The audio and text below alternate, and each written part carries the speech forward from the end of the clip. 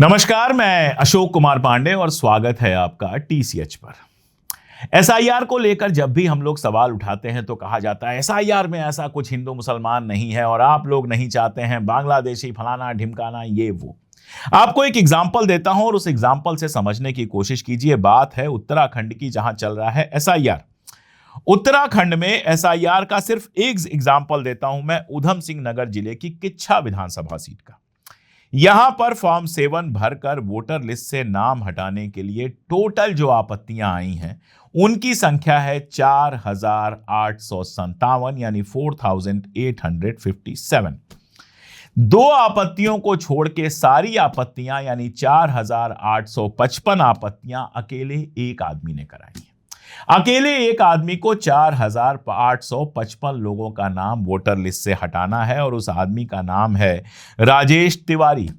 और ये तिवारी जी कौन है? ये तिवारी जी भारतीय जनता पार्टी के बूथ लेवल के एजेंट हैं, यानी भारतीय जनता पार्टी के कार्यकर्ता हैं। और अजीब सी बात यह है कि जिन 4855 लोगों का नाम हटाने की इन्होंने बात की है वो सारे के सारे मुसलमान हैं। टोटल पूरी विधानसभा में 4857 लोगों का नाम हटाने की बात की गई। अकेले एक आदमी जो भाजपा का कार्यकर्ता है उसने 4855 लोगों का नाम हटाने की बात की और सारे के सारे 4855 मुसलमान मतदाता हैं। अब आप ये कहेंगे कि मुसलमानों के खिलाफ खेल नहीं चल रहा, तो आपको कुछ और आंकड़ा दे देता हूं। उत्तराखंड में कुल विधानसभा की सीटें हैं 70 और इन 70 में सबसे ज्यादा आपत्तियां 5 लोगों ने दर्ज कराई है और ये पांचों के 5 भारतीय जनता पार्टी से जुड़े हुए हैं। इन्होंने जो आपत्तियां दर्ज कराई हैं, मैक्सिमम आपको मैंने बताया 4855 और मिनिमम है 230। 3 सीटों पर एक ही आदमी ने जो कुल आपत्तियां आई हैं उनका 49 से लेकर 99% तक अकेले किया है। और जितने लोगों का नाम हटाने की बात की गई है उसमें सबसे ज्यादा नंबर किसी का अगर है तो वो मुस्लिम मतदाताओं का है। और आप कहिए कि एसआईआर मुसलमानों का वोट हटाने के लिए नहीं इस्तेमाल की जा रही है तो कोई कैसे मान लेगा इस बात को?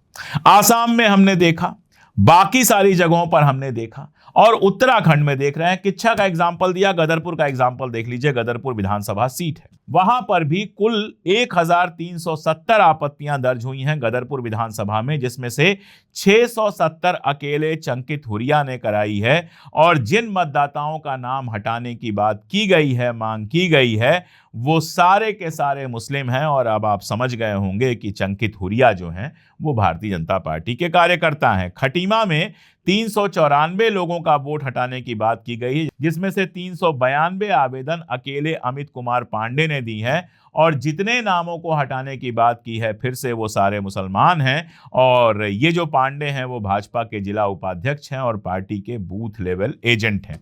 ऐसे ही नानक मत्ता विधानसभा पे आप जाएंगे तो किशोर जोशी हैं, जिन्होंने 90% आवेदन किए हैं। वो भाजपा के बीएलए हैं और उन्होंने भी सारे जितने नाम दिए हैं हटाने के वो सारे मुसलमानों के हैं। आप आगे बढ़ते चले जाइए। तो ये फॉर्म 7 का इस्तेमाल करके मुसलमानों का नाम किस तरह से विधानसभा से हटवाया जा रहा है ये आप देख सकते हैं। मुझे नहीं पता कि कांग्रेस और बाकी पार्टियां वहां पर इन नामों को बचाने के लिए कितनी एक्टिव हैं, लेकिन चुनाव की लिस्ट से, वोटर लिस्ट से मुसलमानों का नाम काटने का पूरा एक ये अभियान चल रहा है, जिसको समझना जरूरी है। और ये एक लौता मुद्दा नहीं है, ऐसे तमाम मुद्दे हैं। और हमने इसीलिए इकबाल भाई को अपने यहाँ शो करने के लिए कहा है कि इस तरह के मुद्दों पर वो खास वीडियो कर सकें। आज भी एक बेहद जरूरी मुद्दे पर इकबाल भाई अपना वीडियो लेकर आए हैं, उसको देखिए और फिर अपनी राय कमेंट में जरूर दीजिए। हाँ, चैनल को सब्सक्राइब ना किया हो तो चैनल को सब्सक्राइब जरूर कर लीजिए। सुनिए इकबाल भाई को।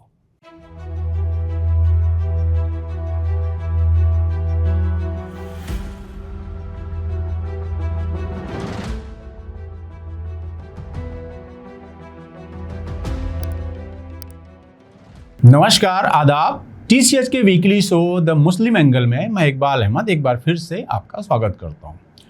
एक तरफ एक 22 साल का नौजवान है जिसका नाम है गौतम मौर्य, पेशे से साइकिल मिस्त्री है, और दूसरी तरफ है एक ऐसा युवा जिसकी शुरुआत सोशल मीडिया की एक स्टोरी से हुई, लेकिन उसका अंत हुआ चाकुओं से गोद कर हत्या में।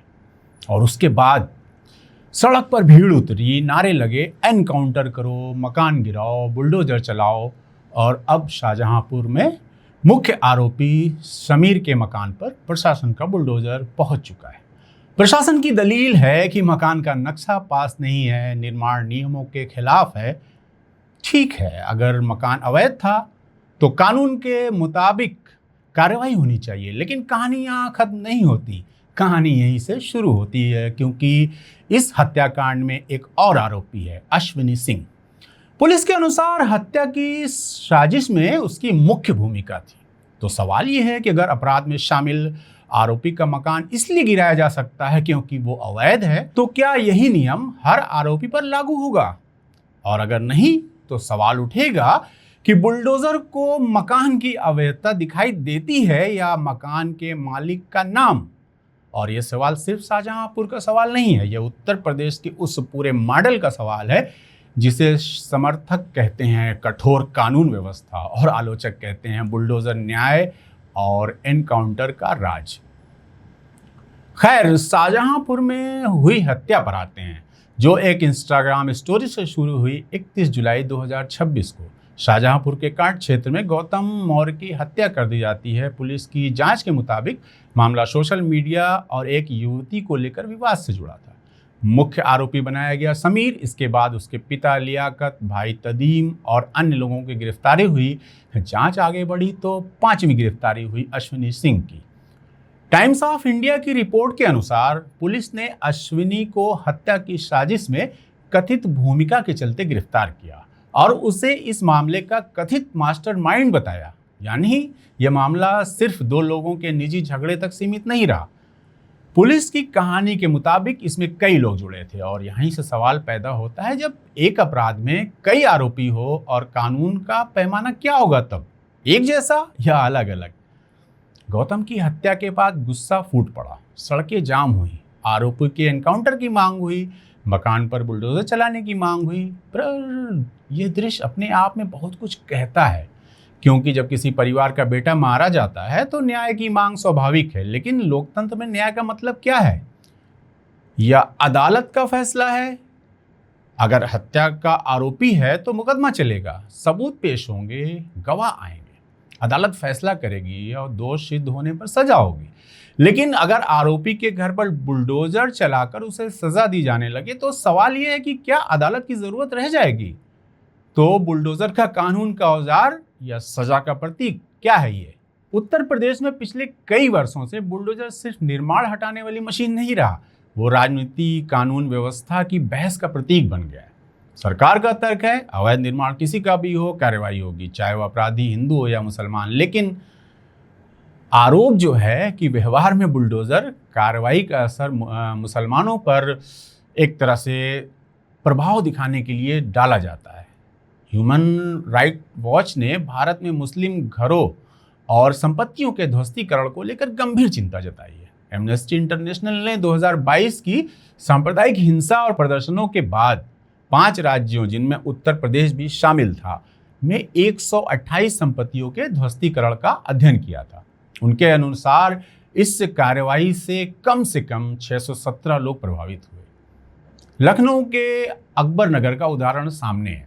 2024 में वहां लगभग 1600 मकान को ध्वस्त किए जाने और 1000 से ज़्यादा मुस्लिम परिवारों के विस्थापित होने की रिपोर्ट सामने आई। लेकिन यहाँ एक ज़रूरी सावधानी भी है। इन आंकड़ों का अर्थ ये नहीं है कि उत्तर प्रदेश में गिराया गया हर मुस्लिम मकान अवैध या हर कार्रवाई धार्मिक भेदभाव के कारण हुई। सरकार का कहना है कि ऐसी कार्रवाई अवैध निर्माण, अतिक्रमण या विकास योजनाओं के तहत की गई है। लेकिन सवाल ये है कि क्या यही नियम सब पर समान रूप से लागू होते हैं? सुप्रीम कोर्ट ने भी बुलडोजर न्याय पर सवाल उठाया। 13 नवंबर 2024 को सुप्रीम कोर्ट ने देश भर में आरोपियों या संदिग्ध अपराधियों की संपत्ति को बुलडोजर से गिराने के प्रवृत्ति पर महत्वपूर्ण दिशा निर्देश दिए। अदालत ने कहा कि किसी भी आदमी के आरोपी या दोषी होने के मात्र से उसकी जायदाद को मनमाने तरीके से नहीं गिराया जा सकता। पहले नोटिस, जवाब का अवसर दो, कानूनी प्रक्रिया का पालन करो और ध्वस्तीकरण की वीडियोग्राफी जैसी प्रक्रिया पर जोर दिया गया। लेकिन ये होता कहाँ है? अदालत की चिंता बहुत साधारण थी कि आरोप का फैसला अदालत करेगी, बुलडोजर नहीं। क्योंकि किसी आरोपी के घर पर सिर्फ आरोपी नहीं रहता, वहां माँ होती है, पिता होते हैं, बच्चे होते हैं, भाई बहन होते हैं, बुजुर्ग होते हैं। और अगर घर गिरता है तो सिर्फ आरोपी की दीवारें नहीं गिरती, पूरे परिवार की जिंदगी सड़क पर आ सकती है। और फिर इसके बाद आता है एनकाउंटर मॉडल। अब जरा दूसरी तस्वीर देखिए। उत्तर प्रदेश में मार्च 2017 से लेकर 2026 तक पुलिस की 17,043 एनकाउंटर कार्रवाइयों का सरकारी आंकड़ा सामने आया। इनमें 289 अपराधी मारे गए, 34,253 गिरफ्तार हुए और 11,834 घायल हुए। यानी औसत दर लगभग 5 एनकाउंटर ऑपरेशन डेली, रोज का। सरकारी आंकड़े के मुताबिक पुलिस के 18 जवान भी मारे गए और 1,852 घायल हुए। सरकार इसे अपराध के खिलाफ जीरो टॉलरेंस की नीति कहती है। और ये सच है कि अपराधियों के खिलाफ सख्त कार्रवाई की मांग जनता में हमेशा रहती है। लेकिन सवाल तब उठता है जब पुलिस कार्रवाई में गोली लगती है, किसी के पैर में, किसी के हाथ में, किसी के सीने में, और वो व्यक्ति बच जाता है। इसे आम बोलचाल में कहा जाने लगा कि हाफ एनकाउंटर, यानी ऐसा एनकाउंटर जिसमें आरोपी मरता नहीं है लेकिन गोली लगकर घायल हो जाता है। आइए देखते हैं हाफ एनकाउंटर का आंकड़ा क्या कहता है। यहाँ भी आंकड़े बहुत बड़े हैं। 2017 से 26 तक के सरकारी आंकड़ों के हिसाब से 11,834 आरोपी एनकाउंटर ऑपरेशनों में घायल हुए। अब इस संख्या को समझिए। 17,043 एनकाउंटर ऑपरेशन, 2,089 मौतें, 11,834 घायल। इसका मतलब ये नहीं है कि हर घायल निर्दोष था, और ये भी नहीं है कि हर मौत फर्जी एनकाउंटर थी या घायल हुआ फर्जी एनकाउंटर था। लेकिन इतना जरूर है कि इतनी बड़ी संख्या में पुलिस मुठभेड़ों के बीच स्वतंत्र जांच और जवाबदेही का सवाल बेहद अहम हो जाता है। राष्ट्रीय मानवाधिकार आयोग ने 2017 में ही उत्तर प्रदेश में एनकाउंटरों को लेकर नोटिस जारी किया था। उस समय शुरुआती 6 महीनों में 433 एनकाउंटरों में 19 कथित अपराधियों की मौत और 89 के घायल होने की आधिकारिक जानकारी सामने आई थी। यानी एनकाउंटर का सवाल नया नहीं है, लेकिन मुसलमानों का सवाल कहाँ आता है? यही कहानी और संवेदनशील हो जाती है। इंडिया प्रोसिक्यूशन ट्रैकर की 2025 की रिपोर्ट के मुताबिक उत्तर प्रदेश में कम से कम 6 मुसलमान 2025 में पुलिस एनकाउंटर में मारे गए। और उसी रिपोर्ट में एनकाउंटर जैसे मामलों में गंभीर रूप से घायल किए जाने वालों की भी बात कही गई है, और इससे महत्वपूर्ण आंकड़ा है। उसी ट्रैकर के मुताबिक सितंबर 2024 तक उत्तर प्रदेश में मार्च 2017 से एनकाउंटर में मारे गए लोगों में 32% से अधिक मुसलमान थे। नोट करिएगा कि 32% से अधिक मुसलमान थे, जबकि राज्य की आबादी में मुसलमानों की हिस्सेदारी लगभग 19% है।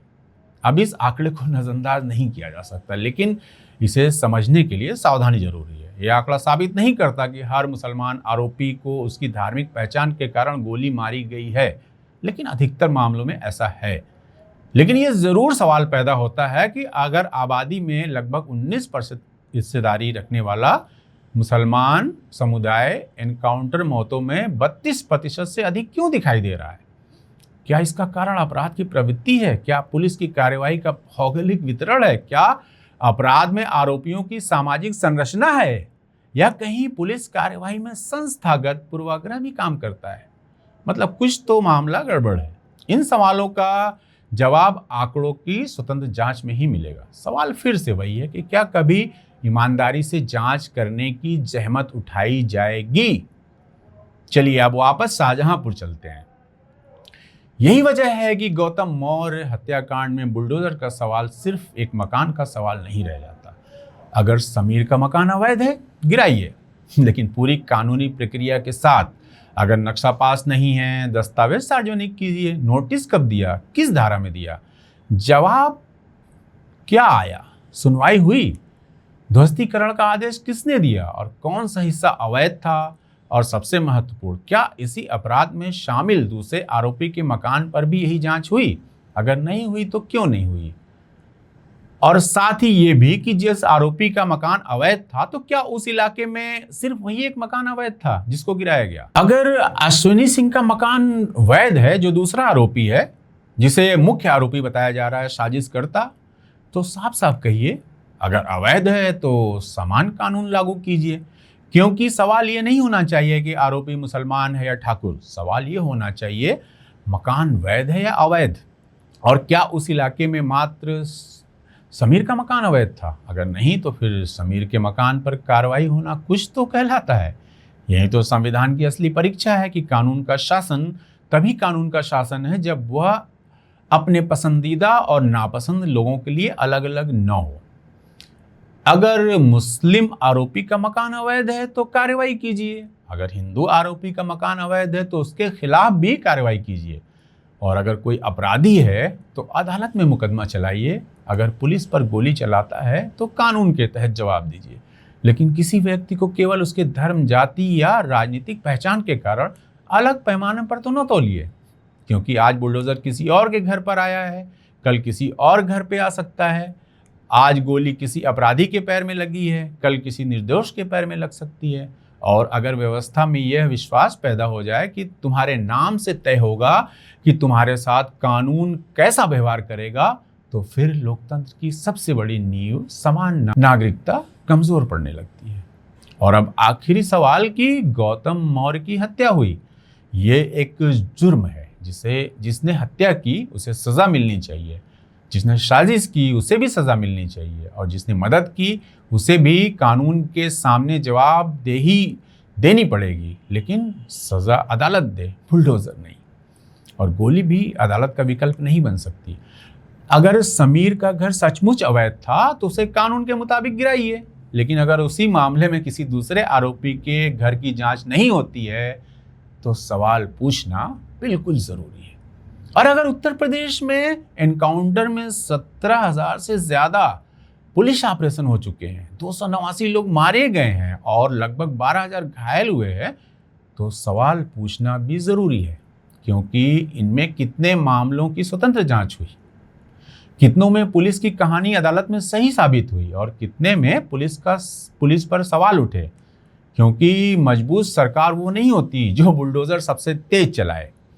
मजबूत सरकार वो होती है जिसके नागरिक को ये भरोसा हो कि चाहे वो हिंदू हो, मुसलमान हो, सिख हो, ईसाई हो, ठाकुर हो, दलित हो, अमीर हो, गरीब हो, उसके घर की दीवार पर कानून का एक ही पैमाना लागू होगा। उसके खिलाफ मुकदमा अदालत में चलेगा और उसकी जिंदगी का फैसला भीड़ नहीं, संविधान करेगा।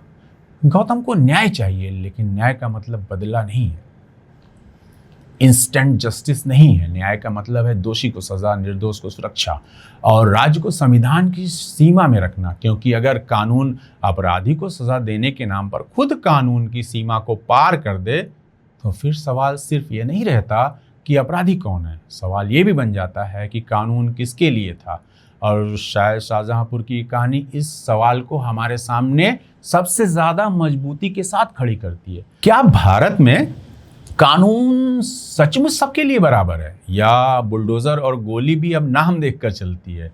इस सवाल का जवाब भावनाओं में नहीं, आंकड़ों, दस्तावेजों, अदालतों और समान कार्रवाई में ही देना होगा। अब दूसरी तरफ देखते हैं। 15 अगस्त 2026 को देश आज़ादी का जश्न मना रहा था। लखनऊ में एक सांस्कृतिक कार्यक्रम था। कुछ कलाकार हमारे उत्तर प्रदेश के मुख्यमंत्री योगी आदित्यनाथ से बातचीत कर रहे थे। एक कलाकार ने उन्हें कहा, बुलडोजर बाबा। मुख्यमंत्री मुस्कुराए, फिर उन्होंने कहा, आप गा सकते हैं, मैं गा नहीं सकता, लेकिन गलत लोगों पर बुलडोजर तो चलवा ही सकता हूँ। तालियां बजी, माहौल हल्का था, लेकिन क्या ये सिर्फ एक मजाक था? यह एक वाक्य में उत्तर प्रदेश के पिछले कई वर्षों की पूरी शासन व्यवस्था की एक झलक दिखाई देती है। क्योंकि मुख्यमंत्री के लिए बुलडोजर सिर्फ एक मशीन नहीं रहा, वो एक राजनीतिक प्रतीक बन चुका है। और सवाल यह है कि जब मुख्यमंत्री कहते हैं कि वह गलत लोगों पर बुलडोजर चला सकते हैं, तो उन गलत लोगों की पहचान आखिर कौन करता है? पुलिस, प्रशासन, सरकार, भीड़ या अदालत? एक मशीन और उसके पीछे खड़ा एक पूरा राजनीतिक संदेश। उत्तर प्रदेश में बुलडोजर ने एक नया अर्थ हासिल कर लिया, अपराधी के खिलाफ सरकार की ताकत, और इसी से बना बुलडोजर बाबा। अब मुख्यमंत्री खुद इस पहचान को लेकर सार्वजनिक मंच पर खुलेआम मजाक करते हैं। यानी बुलडोजर अब सिर्फ प्रशासनिक कार्यवाही का औजार नहीं, वो राजनीतिक भाषा का हिस्सा है। लेकिन यहीं से लोकतंत्र का सबसे महत्वपूर्ण सवाल पैदा होता है। क्या सरकार को अपराधी को सजा देने के लिए बुलडोजर का इस्तेमाल करना चाहिए? मान लीजिए किसी व्यक्ति पर हत्या का आरोप है, पुलिस उसे गिरफ्तार करती है, एफआईआर दर्ज होती है, जांच होती है, चार्जशीट दाखिल होती है, मुकदमा चलता है, गवाह आते हैं, सबूत पेश होते हैं और आखिर में अदालत तय करती है कि वो दोषी है या निर्दोष। लेकिन उसके घर का क्या? अगर उसका घर कानूनी है तो केवल उसके अपराध के आरोप के कारण घर नहीं गिराया जा सकता, क्योंकि घर खुद अपराध नहीं करता। और अगर घर में उसके माता पिता, पत्नी, बच्चे या भाई बहन रहते हैं तो बुलडोजर चलने से वो भी बेघर होते हैं।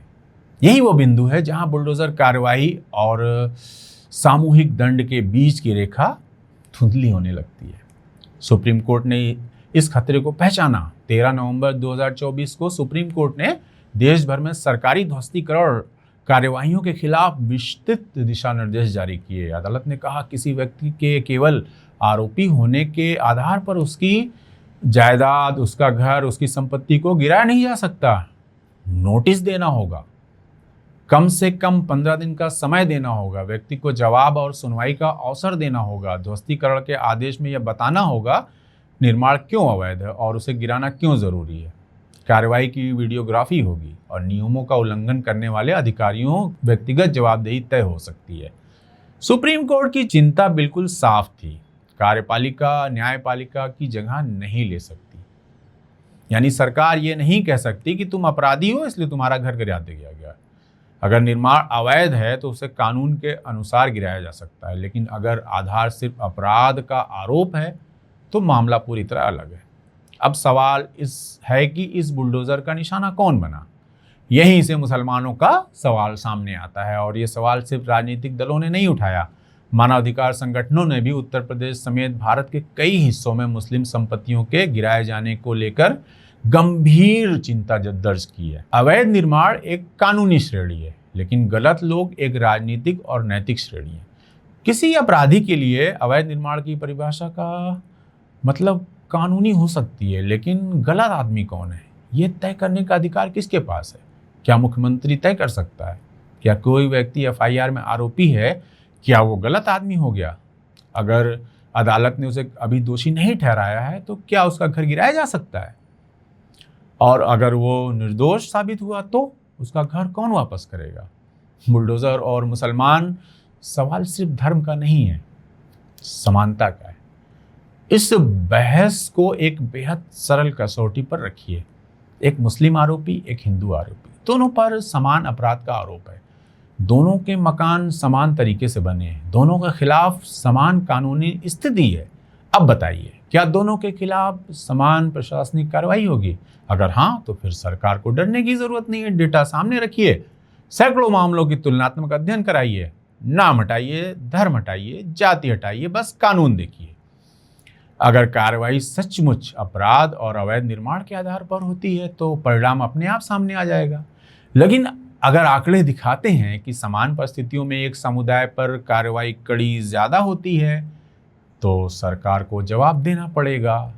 सिर्फ विपक्ष का आरोप नहीं है।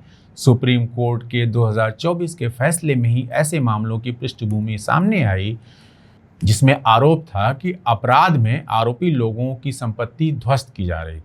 उत्तर प्रदेश सरकार ने अदालत में अपना पक्ष रखते हुए कहा था कि राज्य में संपत्तियां केवल कानून में निर्धारित प्रक्रिया के अनुसार ही गिराई जा सकती है। सुप्रीम कोर्ट ने इसी आश्वासन की पृष्ठभूमि में बैकग्राउंड में देश भर के लिए दिशा निर्देश बनाए। अदालत ने कहा कि कानून प्रक्रिया के बिना ध्वस्तीकरण कबूल नहीं है। ये बहुत बड़ा अंतर है। फिर मुख्यमंत्री का बयान किस दिशा में जाता है? यह सवाल योगी आदित्यनाथ के खिलाफ व्यक्तिगत आरोप लगाने का नहीं है। सवाल है, क्या राज्य का प्रमुख खुद बुलडोजर को अपराधियों को सजा देने के प्रतीक के रूप में प्रस्तुत कर रहा है? अगर हाँ, तो ये लोकतंत्र के लिए चिंता का विषय क्यों नहीं होना चाहिए? क्योंकि सरकार अपराधी को सजा नहीं देती, अदालत देती है। सरकार जांच करती है, पुलिस गिरफ्तारी करती है, अभियोजन मुकदमा लड़ता है, अदालत फैसला करती है। ये पूरा सिस्टम कानूनी प्रक्रिया है। लेकिन अगर राजनीति की भाषा में बुलडोजर ही सजा का प्रतीक बन जाए तो धीरे धीरे लोगों के मन में यह धारणा पैदा हो सकती है कि FIR का मतलब अपराध साबित, आरोप का मतलब दोष सिद्ध, बुलडोजर का मतलब न्याय। और यही सबसे खतरनाक बदलाव होगा। सवाल योगी से नहीं, व्यवस्था से है। योगी आदित्यनाथ का बयान शायद मजाक था, लेकिन क्या मजाक में भी सत्ता की भाषा दिखाई नहीं देती? जब कोई आम व्यक्ति कहता है मैं गलत आदमी को सबक सिखा दूंगा फिल्मी स्टाइल में, तो ये उसकी निजी बात है। लेकिन जब राज्य का मुख्यमंत्री कहता है मैं गलत लोगों पर बुलडोजर चला सकता हूँ, तो उस वाक्य के पीछे पूरा सरकारी तंत्र खड़ा दिखाई देता है। पुलिस, प्रशासन, नगर निकाय, विकास प्राधिकरण और आखिर में राज्य की शक्ति। इसलिए सवाल पूछना जरूरी है, क्या बुलडोजर कानून का औजार है या राजनीतिक संदेश का? क्या वो अवैध निर्माण गिराता है या आरोपी को डराने का माध्यम बन गया है? पूरी एक कौम को डराने का माध्यम बन गया है? क्या वो माफिया के खिलाफ है या उसका इस्तेमाल कमजोरों के खिलाफ भी हो रहा है? और सबसे बड़ा सवाल, अगर बुलडोजर सबके लिए है तो उसके आंकड़े धर्म के हिसाब से सार्वजनिक क्यों नहीं किए जाते? अंतिम सवाल, योगी जी कहते हैं मैं गा नहीं सकता लेकिन गलत लोगों पर बुलडोजर चला सकता हूँ। लेकिन लोकतंत्र उनसे एक छोटा सा सवाल पूछता है, गलत कौन है? जिस पर FIR है, जिस पर आरोप है, जिसके खिलाफ पुलिस ने चार्जशीट दाखिल की है या जिसे अदालत ने दोषी ठहराया है? अगर वह दोषी है तो सजा कौन देगा, बुलडोजर या फिर अदालत? अगर मकान अवैध है तो गिराइए, लेकिन धर्म देखकर नहीं। अगर दुकान अवैध है तो हटाइए, लेकिन समुदाय देखकर नहीं। अगर मस्जिद अवैध है तो कानून लागू कीजिए, लेकिन उसी कानून को मंदिर पर भी लागू कीजिए। अगर मदरसा नियमों के खिलाफ है, ठीक है, कार्रवाई कीजिए, लेकिन वही नियम हर दूसरे संस्थान पर भी लगाइए।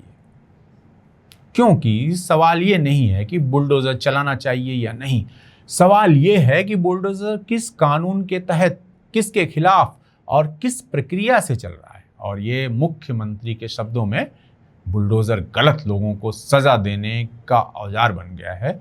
तो हमें पूछना होगा, क्या भारत में अब न्याय अदालतों से मिलेगा या बुलडोजर के पहियों से? क्योंकि घर टूटने के बाद अदालत अगर कहे कि कार्रवाई गलत थी, फैसला वापस आ सकता है, लेकिन घर नहीं। और यही वजह है कि बुलडोजर की आवाज़ के बीच सबसे ज़रूरी आवाज़ होनी चाहिए हमारे भारतीय संविधान की। तो आज की वीडियो में इतना ही। सोचिएगा ज़रूर, क्या हमारा देश लोकतंत्र से चल रहा है या तानाशाही से? बहुत बहुत शुक्रिया। अगर हमारा चैनल सब्सक्राइब नहीं किए हैं तो तुरंत सब्सक्राइब कर लें।